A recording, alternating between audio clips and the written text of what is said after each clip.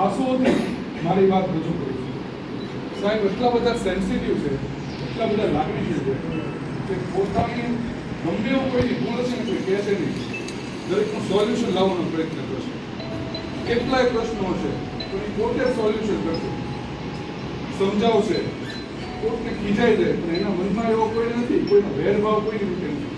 એટલે આ એવી વ્યક્તિ છે ને, ના શબ્દોથી ના આંખોથી, આ આંસુઓથી બધાને જવાબ આપે છે.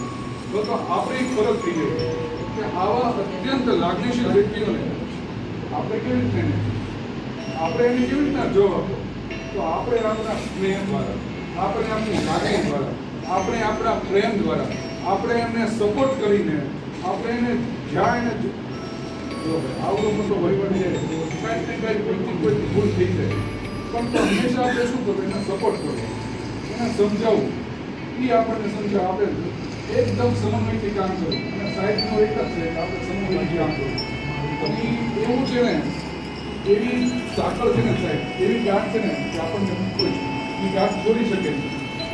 એટલે સાહેબ એકદમ સેન્સિટિવ છે તો આપણે એને સપોર્ટ કરીએ, એને લાગણીને એને માન આપીએ.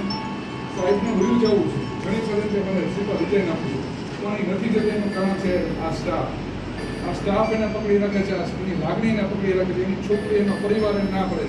સાહેબને કોઈ વસ્તુની જરૂર નથી, નથી પૈસાની જરૂર, નથી કોઈ વસ્તુની જરૂર. બેઠા બેઠા ખાઈને તો એનું ચાલે. ફક્ત ને ફક્ત જો અહીંયા રહ્યા હોય ને તો આપણી લાગણી વિચારે, આપણા પ્રેમ વિચારે જાય. તો આપણે સર્વે અને પ્રેમથી, લાગણીથી અને તાળીઓના ગડગડાટથી આપણે વધાવી લઈએ સાહેબના જન્મદિવસની. હંમેશા સાહેબની પ્રત્યે પ્રેમ રાખીએ, લાગણી રાખીએ. અને ચાલો હવે આપણે મીઠું મોટું કરાવીએ. મહાનુભાવો ચાલો આપણે સાહેબ અમે મુકેશભાઈ, મુનિભાઈ, મંડિયા સાહેબ, આપણે રાકેશભાઈ સાહેબ, રાકેશભાઈ, અમરેશભાઈ,